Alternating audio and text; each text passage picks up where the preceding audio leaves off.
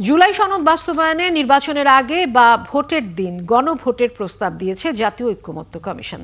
এরপর নির্বাচিত সংসদ সদস্যদের নিয়ে গঠিত হবে সংবিধান সংস্কার পরিষদ। ২৭০ দিনের মধ্যে তারা প্রস্তাব পাশ না করলে স্বয়ংক্রিয়ভাবে জুলাই সনদ সংবিধানের অংশ হয়ে যাবে। মঙ্গলবার সনদ বাস্তবায়নের প্রস্তাব চূড়ান্ত করে অন্তর্বর্তী সরকারকে প্রতিবেদন দিয়েছে কমিশন। আরও জানাচ্ছেন ফরহাদ ইবনে মালিক। অবশেষে জুলাই জাতীয় সনদ বাস্তবায়নের চূড়ান্ত সুপারিশ করেছে জাতীয় ঐকমত্য কমিশন। দুপুরে প্রধান উপদেষ্টার কাছে এই প্রস্তাব জমা দেয় কমিশনের ৬ সদস্য। পরে কমিশনের সহ সভাপতি জানান, সনদ বাস্তবায়নের পদ্ধতি হিসেবে অন্তর্বর্তী সরকারকে ২টি প্রস্তাব সুপারিশ করেছে কমিশন।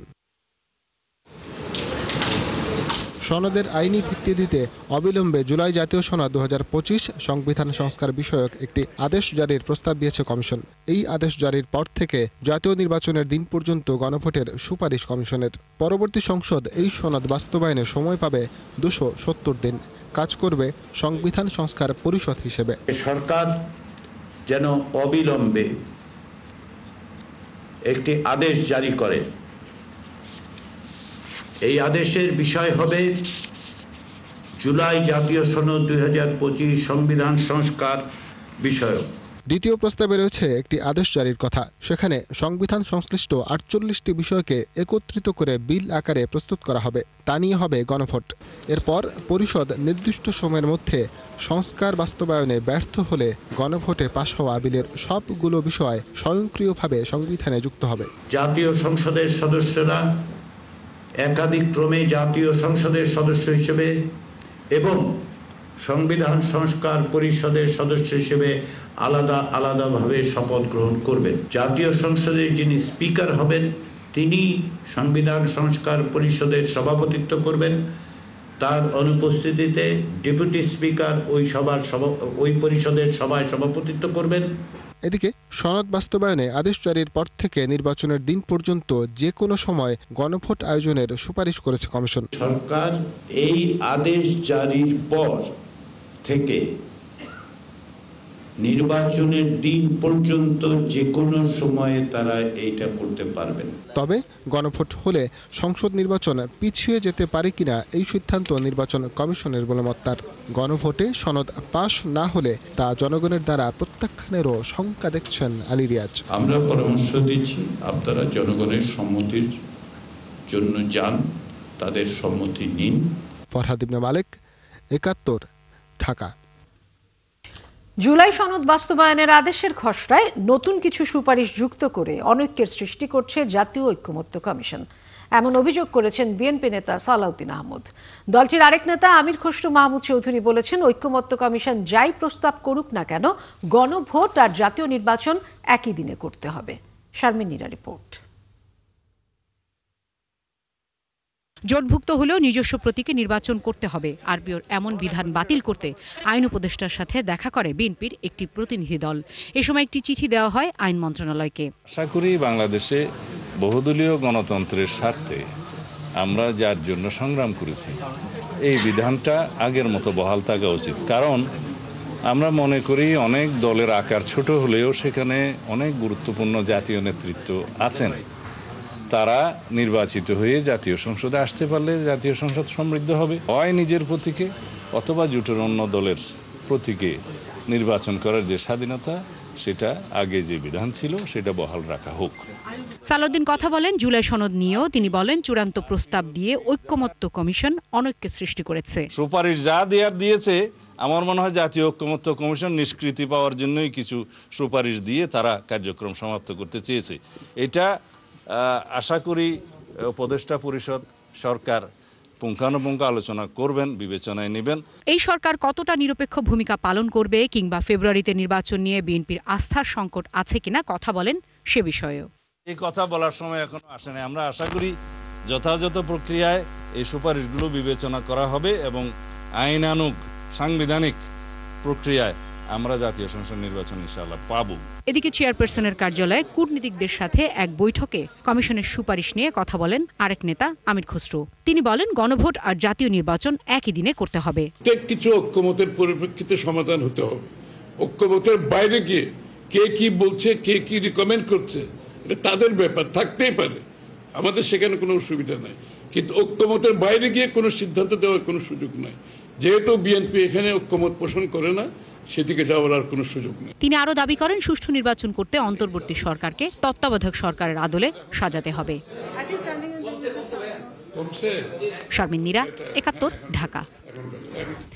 যারা একই দিনে জাতীয় নির্বাচন ও গণভোট চায় তারা জুলাই সনদকে অকার্যকর করতে চায় বলে মনে করে জামায়াত ইসলামী।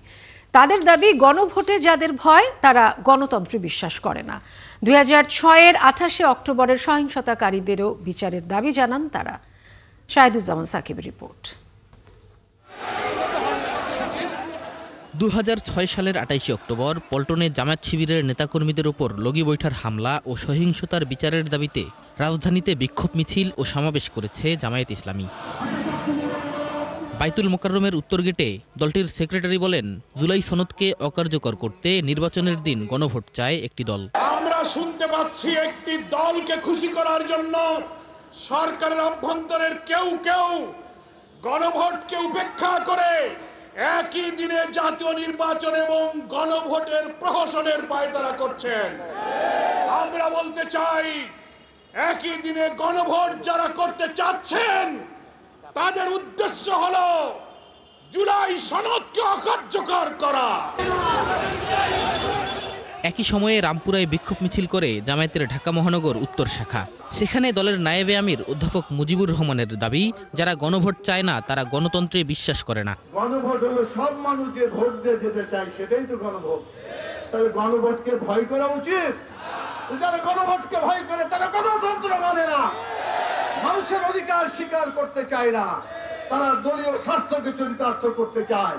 এ সময় জাতীয় নির্বাচনের আগেই পিআর পদ্ধতির ইস্যুর সমাধানও চান এই নেতা। বাংলাদেশের জনগণের মতামতের ভিত্তিতে এই দেশ চলবে ইনশাআল্লাহ। শাহিদুজ্জামান সাকিব, ৭১, ঢাকা। এনসিপি আগে সই করলে সনদ বাস্তবায়নের সুপারিশ দিত না জাতীয় ঐক্যমত্য কমিশন। মঙ্গলবার এক আলোচনায় এনসিপি নেতা নাসিরউদ্দিন পাটোয়ারি আরও বলেন, সনদ নিয়ে আদেশ জারি করতে ডক্টর ইউনূসকে কেন্দ্রীয় শহীদ মিনারে আসতে হবে। আরেক নেতা সরওয়ার তুষার বলেন, সরকারের ভেতরে থেকে কেউ বাস্তবায়নে বাধা দিলে তাদের বিরুদ্ধে ব্যবস্থা নিতে হবে। আরও জানাচ্ছেন রাশেদ আনিস। জুলাই সনদ বাস্তবায়ন রূপরেখা শীর্ষক আলোচনা সভার আয়োজন করে জাতীয় নাগরিক পার্টি এনসিপি। দলটির যুগ্ম আহ্বায়ক সরওয়ার তুষার বলেন, বল এখন সরকারের কোর্টে। এখন বল সরকারের কোর্টে। ফলে আমরা এটা খুব পরিষ্কার ভাষায় আবারও বলতে চাই সরকারের উদ্দেশ্যে, যে সরকারের ভেতরেও যদি এমন কোনো অংশ থাকে যারা জুলাই সনদ বাস্তবায়নের ক্ষেত্রে প্রতিবন্ধকতা সৃষ্টি করতে চায়, তাদেরকে চিহ্নিত করতে হবে এবং জাতির সামনে তাদেরকে এক্সপোজ করতে হবে। আরেক নেতা নাসিরউদ্দিন পাটোয়ারি বলেন, আগেই এনসিপি সনদে সই দিলে সুপারিশ দিতে পারত না ঐক্যমত্য কমিশন। আমাদের এনসিপির প্রতি একটা অভিযোগ ছিল যে কেন আমরা স্বাক্ষর করি নাই। আমরা যদি স্বাক্ষর করতাম হয়তো আজকে এই পরিস্থিতি আমরা আসতে পারতাম না, কিন্তু তখন আমরা মোরাল গ্রাউন্ড থেকে একটা পজিশন নেই যে এই মুহূর্তে আমাদের আহত শহীদদের এবং বাংলাদেশের জনগণের পক্ষে দাঁড়াতে হবে, এবং আমরা সকল রিস্ক থাকা সত্ত্বেও এই ধরনের একটি বোল্ড স্টেটমেন্ট নিতে বাধ্য হই। এখনো জুলাই সনদে স্বাক্ষর করেনি তরুণদের দলটি, তবে কিভাবে সেটা সম্ভব এই নিয়ে মত দেন নাসিরউদ্দিন পাটোয়ারি। ডক্টর ইউনূস সেই ৩ তারিখে যেভাবে দেওয়া হয়েছিল, ডক্টর ইউনূস শহীদ মিনারে যাবেন তার উপদেষ্টা বর্গকে নিয়ে, উনি সেখানে আদেশ জারি করবেন, সাইন করবেন। যদি এটাতে সম্মত হন, আমরাও শহীদ মিনারে যাব, ওইখানে আমরা সাইন করে দিব। এবং ডক্টর ইউনূসকে অবশ্যই যমুনা থেকে কোনো সাইন চলবে না, সচিবালয় থেকে কোনো সাইন চলবে না, ওনার জনগণের সম্মুখে উপস্থিত হতে হবে। যথেষ্ট ধৈর্য ধারণ করেছি আমরা, অনেক দিন সবার থেকে তো উনি লুকিয়েছিলেন, আর লুকানোর ওনাকে সুযোগ নাই। যেহেতু জনতা আপনাকে পাওয়ার দিয়েছে, ক্ষমতা দিয়েছে, আপনি এখন জনগণের সামনে যাবেন, জনগণের সামনে উপস্থিত হবেন। ইসির সক্ষমতা দেখাতে গণভোটের আয়োজন করা যেতে পারে বলেও মন্তব্য করেন তিনি। অথর্ব মার্কা বাংলাদেশ একটা নির্বাচন কমিশন এই সরকার গঠন করেছে। এই নির্বাচন কমিশনের সক্ষমতা যাচাইয়ের জন্য আগে গণভোট দেওয়া যেতে পারে। রাশেদ আনিস, ৭১, ঢাকা। চলতি মাসেই সবুজ সংকেত পাচ্ছেন বিএনপির প্রায় 250 মনোনয়ন প্রত্যাশী। দলটির একজন নীতি নির্ধারক জানান, প্রতিটি আসনে একাধিক যোগ্য প্রার্থী থাকলেও যাকে মনোনয়ন দেয়া হবে তার পক্ষেই কাজ করার নির্দেশনা এসেছে দলের হাইকমান্ড থেকে। আর জেতার পর বঞ্চিতদের মূল্যায়ন করা হবে। শফিকুল হকের প্রতিবেদন। প্রতিটি আসনেই একাধিক যোগ্য প্রার্থী রয়েছে বিএনপির। যেহেতু ধানের শীষ প্রতীকে একজন লড়বেন, বাকিদের কি হবে? এর সুরাহা করতেই 10 সাংগঠনিক বিভাগের মনোনয়ন প্রত্যাশীদের সঙ্গে মতবিনিময় করেছেন বিএনপির ভারপ্রাপ্ত চেয়ারম্যান তারেক রহমান। দুদিনব্যাপী হওয়া এই সভায় কি নির্দেশনা এলো হাইকমান্ড থেকে, এমন প্রশ্ন ছিল মতবিনিময়ে অংশ নেয়া মনোনয়ন প্রত্যাশীদের কাছে। আমরা সবাই মিলেই কষ্টে আছি। কষ্টে উত্তরণের একটাই পথ, ঐক্যবদ্ধ বিএনপি, এবং আগামী নির্বাচনে যাকে আমি দিব তার সাথে আপনারা সবাই থাকবেন।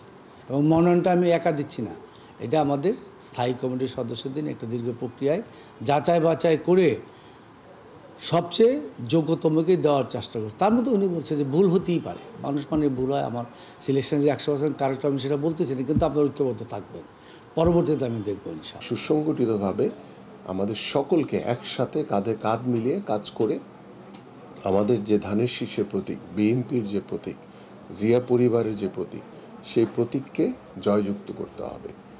যদি আমাদের ভিতরে কোনো প্রকার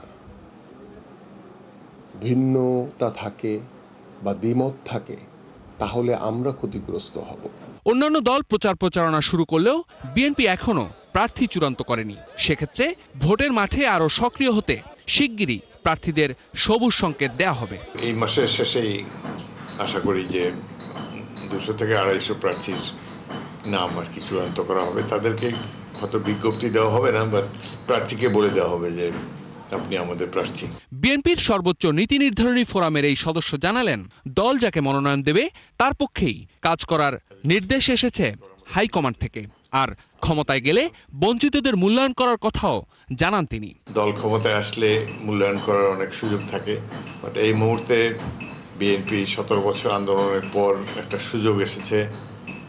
ফেয়ার ইলেকশনের মাধ্যমে বিএনপি যদি রাষ্ট্র পরিচালনার দায়িত্ব পায় তাহলে দেশের ভালো হবে, দলের ভালো হবে। এভাবে তিনি মোটিভেট করার চেষ্টা করেছেন, যাকে আমরা মনোনয়ন দেব তার পক্ষে যেন বাকি সবাই থাকে, এটাই তিনি বলার চেষ্টা করেছেন। অনৈক্য থাকলে নির্বাচনে ভরাডুবির সম্ভাবনাও রয়েছে। আর দলের বিপক্ষে গেলে কঠোর সিদ্ধান্তের কথা মনে করিয়ে দেন বিএনপির এই নীতি নির্ধারণী সদস্য। মনোনয়ন প্রাপ্তের বিরুদ্ধে যদি কেউ স্বতন্ত্র প্রার্থী হিসাবে অংশগ্রহণ করে বা নির্বাচনে তার বিরুদ্ধে প্রচারণা চালায়, তাহলে দল থেকে কঠোর ব্যবস্থা নেওয়া হবে, সাংগঠনিক ব্যবস্থা নেওয়া হবে। শফিকুল হক, 71, ঢাকা। কার্যক্রম স্থগিত থাকা আওয়ামী লীগকে জাতীয় নির্বাচনে আনতে কূটনৈতিকদের কোনো চাপ নেই। মঙ্গলবার এক ব্রিফিংয়ে এমন কথা বলেছেন পররাষ্ট্র উপদেষ্টা তৌহিদ হোসেন। তবে অন্তর্ভুক্তিমূলক নির্বাচন নিয়ে ভারতের চাওয়ার যৌক্তিকতা নিয়ে প্রশ্ন তোলেন তিনি। তৌহিদ হোসেন আরও বলেন, যুক্তরাষ্ট্র আর চীনের সাথে ভারসাম্যপূর্ণ সম্পর্ক চায় বাংলাদেশ। আরও জানাচ্ছেন Sufian Farabi. I would engage with the Bangladeshi government and the military to clearly articulate the risks from Chinese activity, involvement with their military activities and their maritime. চীনের সাথে সম্পর্ক রাখার ঝুঁকি নিয়ে বাংলাদেশকে বোঝাবে যুক্তরাষ্ট্র। সম্প্রতি ঢাকার জন্য যুক্তরাষ্ট্রের প্রেসিডেন্টের মনোনীত নতুন রাষ্ট্রদূত দেশটির সিনেটে এমন কথা বলেছেন। পররাষ্ট্র মন্ত্রণালয়ে সাংবাদিকদের সঙ্গে আলাপকালে সম্ভাব্য এই রাষ্ট্রদূতের উদ্বেগের বিষয় নিয়ে কথা বলেন পররাষ্ট্র উপদেষ্টা। বলেন, ওয়াশিংটন ও বেইজিং নিয়ে ভারসাম্য নীতিতে আছে ঢাকা। আমি নিশ্চিন্ত যে বাংলাদেশ যেই ব্যালেন্স মেনটেন করে আসছে এটা বহাল থাকবে, এখনো আছে। পররাষ্ট্র উপদেষ্টার কাছে প্রশ্ন, আওয়ামী লীগকে নিয়ে নির্বাচন আয়োজনের বিষয়ে কোনো চাপ আছে কিনা। উত্তর, এখন পর্যন্ত কেউ কোনো অনুরোধ করেনি বলে সাফ জানান তৌহিদ হোসেন। উদ্বেগের কথা যেটা বলছেন যে দেশে বিদেশে ইত্যাদি, যতক্ষণ পর্যন্ত ঘটনা শেষ না হয় ততক্ষণ পর্যন্ত বিভিন্ন ধরনের উদ্বেগ প্রকাশিত হতে থাকবে। আমি মনে করি সেটা খুব বেশি গুরুত্ব আছে। শুধুমাত্র ভারতের পক্ষ থেকে অন্তর্ভুক্তিমূলক নির্বাচনের যে দাবি তোলা হচ্ছে তার সমালোচনা করেন তিনি। ভারতের পররাষ্ট্র সচিব বলেছিলেন যে অন্তর্ভুক্তিমূলক, ট্রান্সপারেন্ট ইত্যাদি নির্বাচন তারা চান ইত্যাদি। নির্বাচনে যেসব আন্তর্জাতিক পর্যবেক্ষক কাজ করবে তাদের তালিকা চূড়ান্ত করবে নির্বাচন কমিশন। পররাষ্ট্র মন্ত্রণালয় ভিসা দিয়ে সহযোগিতা করবে বলেও জানান তিনি। যারা পর্যবেক্ষক হিসেবে আসতে চায় আমরা অবশ্যই তাদেরকে এনকারেজ করব। সুফিয়ান ফারাবি, 71, ঢাকা। জাতীয় নির্বাচনের আগে লুট হওয়া অধিকাংশ অস্ত্র উদ্ধার হবে বলে আশা প্রকাশ করেছেন স্বরাষ্ট্র উপদেষ্টা জাহাঙ্গীর আলম চৌধুরী। মঙ্গলবার তিনি বলেন, প্রতিনিয়ত অস্ত্র উদ্ধার করা হচ্ছে, যা অব্যাহত থাকবে। আর এবারই প্রিজাইডিং কর্মকর্তাকে সার্বক্ষণিক নিরাপত্তা দেবে অস্ত্রধারী একজন আনসার সদস্য। আরও জানাচ্ছেন সাজিদ সরকার।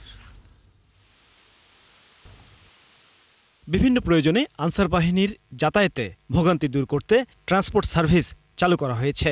কাভার্ড ভ্যান, বাস সহ 31টি পরিবহন প্রদান করা হয় বাহিনীটিকে।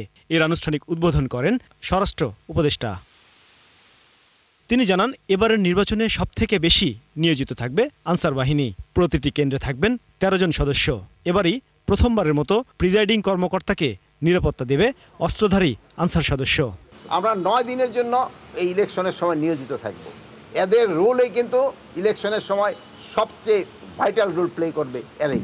তা আপনারা দোয়া করবেন এরা যেন তাদের দায়িত্ব সুষ্ঠুভাবে সম্পাদন করতে পারে এবং জাতিকে একটা উৎসবমুখর পরিবেশে এবং একটা ভালো নির্বাচন উপহার দিতে পারে। তিনি আশা করেন নির্বাচনের আগেই লুট হওয়া অস্ত্র উদ্ধার সম্ভব হবে। এই বাহিনীগুলি ডেইলি কিন্তু উদ্ধার করতেছে। গত পরশু দেখছেন যে 8টা হাতিয়ার উদ্ধার হয়েছে।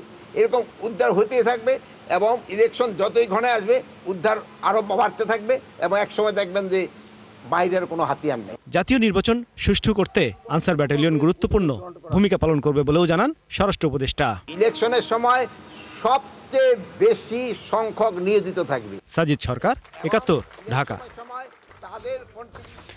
তত্ত্বাবধায়ক সরকার ফিরলেও আগামী নির্বাচন অন্তর্বর্তীকালীন সরকারের অধীনেই হতে হবে। মঙ্গলবার এমন যুক্তি দেন জামাতের আইনজীবী শিশির মনির। এ মামলায় বিএনপি ছাড়া অন্য সব পক্ষের শুনানি শেষ হয়েছে। বুধবার যুক্তিতর্ক তুলে ধরতে পারেন বিএনপির আইনজীবী। আরও জানাচ্ছেন সৈকত সাদিক।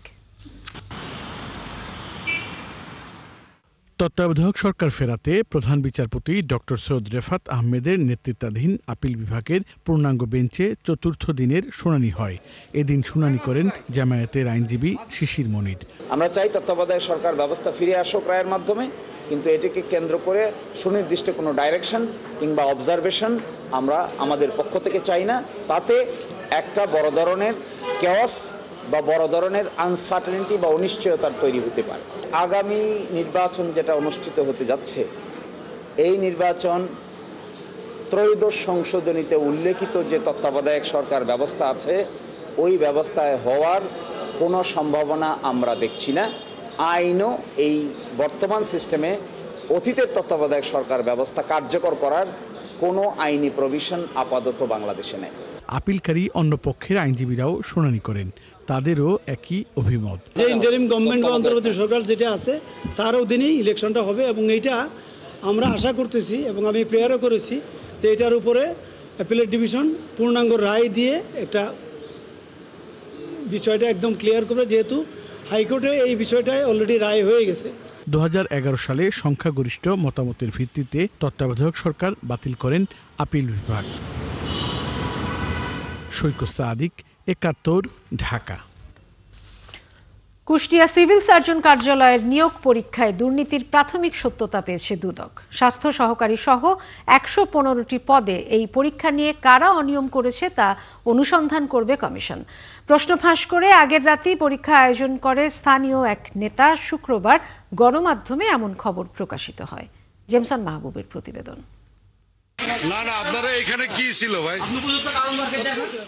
কুষ্টিয়া সিভিল সার্জন কার্যালয়ের নিয়োগ পরীক্ষা হয় আগের রাতেই প্রতিষ্ঠানের এক কর্মকর্তার বাড়িতে। সিভিল সার্জন সহ কয়েকজন জড়িত থাকার অভিযোগে সিভিল সার্জন কার্যালয়ে তালা ঝুলিয়ে দেয় বিক্ষুব্ধরা। ঘটনাটি কুষ্টিয়ায় 97 জন স্বাস্থ্য সহকারী সহ 115টি পদে নিয়োগের জন্য গেল শুক্রবার পরীক্ষা অনুষ্ঠিত হয়। তবে পরীক্ষার আগের রাতে আবাসিক চিকিৎসা কর্মকর্তা হোসেন ইমামের বাড়ি ও ক্লিনিকে প্রার্থীদের ডেকে প্রশ্ন ফাঁস ও লাখ টাকার লেনদেনের অভিযোগ ওঠে।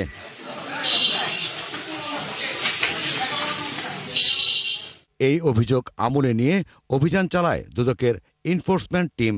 প্রাথমিকভাবে ঘটনার সত্যতা পায় তারা। প্রশ্ন ফাঁসের ঘটনার সাথে কারা জড়িত তা এবার খুঁজে বের করবে দুদক। দুর্নীতি দমন কমিশন কুষ্টিয়া সমন্বিত জেলা কার্যালয়ে অভিযান পরিচালনা করছে।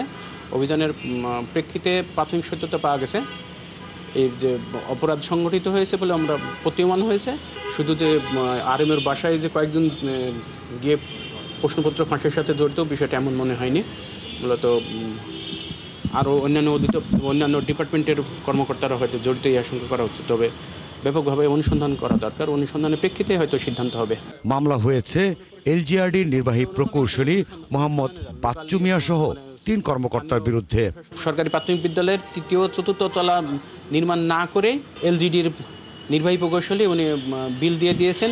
এই অভিযোগের প্রেক্ষিতে অভিযানের যে আমাদের অভিযানের যে তথ্য পাওয়া গেছে তার প্রেক্ষিতে দুর্নীতি দমন কমিশন একটি মামলা দায়ের করেছে। দুদকের আবেদনে এসআলম গ্রুপের গাজীপুর ও কক্সবাজারের একাধিক সম্পত্তি জব্দের আদেশ দিয়েছে আদালত। জেমসন মাহবুব, 71, ঢাকা। এলসির মাধ্যমে পণ্য আমদানি ও রফতানিতে ওয়্যারহাউস টু ওয়্যারহাউস বীমা করা বাধ্যতামূলক, কিন্তু প্রিমিয়াম কম শর্টকাট বীমা করে পণ্য আমদানি করে অনেকেই। এ কারণেই কার্গো ভিলেজের আগুনে ক্ষতিগ্রস্ত আমদানিকারকদের বড় অংশই পাবেন না বীমা দাবি। যদিও ছোট ছোট আমদানিকারকদের অনেকেরই ছিল না বীমা সুবিধা। বীমা করেও কোন ভুলে মিলবে না বীমা দাবি, সেই খবর জানাচ্ছেন সুশান্ত সিনহা। সম্প্রতি লেলিহান আগুনে পুড়ে ছাই হয় শাহজালাল আন্তর্জাতিক বিমানবন্দরের কার্গো ভিলেজের ভেতরে থাকা আমদানিকৃত শত শত কোটি টাকার পণ্য। দেশে বিদেশে আলোচিত এই আগুনে পুড়ে যাওয়া মালামালের যা কিছু উদ্ধার করা সম্ভব হয়েছে সেই তালিকা টানিয়েছে সিভিল অ্যাভিয়েশন কর্তৃপক্ষ। তালিকা ধরে আমদানি করা পণ্যের খোঁজে আমদানিকারকদের সিএন্ডএফ এজেন্টরা। তো এটার ইন্স্যুরেন্স আসলে আছে কিনা অ্যাকচুয়ালি আমি আসলে জানি না, এটা আমার ইম্পোর্টার ভালো বুঝবে। চায়না থেকে একবারে আমাদের ফ্যাক্টরি পর্যন্ত ইন্স্যুরেন্স করা ছিল। আমরা 19 তারিখে সবগুলো পার্সেল খালাস করব, কিন্তু তার আগেই তো 18 তারিখে আগুন লেগে গেছে। তালিকায় চোখ রাখতে রাখতে ক্লান্তির পাশাপাশি দুশ্চিন্তার ছাপ। উদ্বিগ্ন পণ্য আমদানিকারকরাও। অনেকেই নিয়ম মেনে করেছেন বীমা। ব্যবসায়ীরা বলছেন বিপদে বীমা সুবিধা থাকায় বেশ খানিকটা ক্ষতি পুষিয়ে উঠতে পারবেন ক্ষতিগ্রস্তরা। ইন্স্যুরেন্স যারা করে 99%ই তারা এই শর্তগুলি জানে না এবং পরেও দেখে না। ইভেন ইন্স্যুরেন্স কোম্পানিও এই শর্ত ওখানে কী কী আছে এগুলি কখনো আমাদেরকে ব্রিফিং করে না বা অবহিত করে না। ব্যাংকের অফিসাররাই ইন্স্যুরেন্স কাভারেজটা আনে, ওখানে তারা একটা কমিশন খাওয়ার ধান্দা করে। তো ফলে এটাকে প্রপারলি এই ইয়েটা মেনটেন হয় না। আমাদের ইয়ার টু ইয়ার আছে এবং হচ্ছে বলা আছে যে আপ টু ডেলিভারি, এই এনডি বা একটা শব্দ এরকম কি জানি আছে। সো এনডি যদি হয় তাহলে হয়তো আমি ক্লেমটা পাবো, কিন্তু এখানে যে এতগুলো অপশন আছে, আমরা যখন সাইন করেছি পলিসিতে তখন কিন্তু সত্যিকার অর্থে এই এনডি বলতে কি বোঝায়, টিপিএনডি কি বলতে কি বোঝায়, এগুলো কোনোটাই ওয়্যারহাউস টু ওয়্যারহাউস এই ভাষা কিন্তু আমি শিখছি গত 2-3 দিনে। এলসিরও অনেক কথা লেখা থাকে কাগজের ভিতরে, কোনোটাই আমরা পড়ি না, সাইন করে দিই। ঠিক ইন্স্যুরেন্সেরও তাই করেছি আমরা।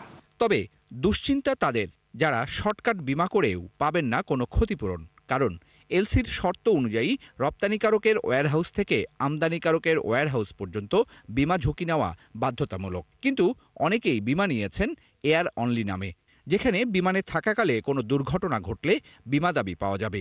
বিমান থেকে পণ্য খালাস করে কার্গো ভিলেজে রাখার পর অগ্নিকাণ্ড বা দুর্ঘটনা ঘটলে 1 টাকাও বীমা দাবি পাওয়া যাবে না। এর মধ্যে অনেকেই আবার বীমা করেছে, কিন্তু সেখানে অগ্নি দুর্ঘটনার ঝুঁকি কাভারেজ নেয়নি, ফলে তারাও পাবেন না বীমার 1 পয়সাও ক্ষতিপূরণ। একটা হলো ইয়ার রিস্ক অনলি, আর একটা হলো ইয়ার অল রিস্ক।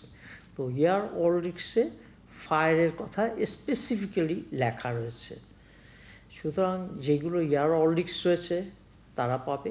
অনেক মালই আছে শুধু port to port, not to the customers warehouse.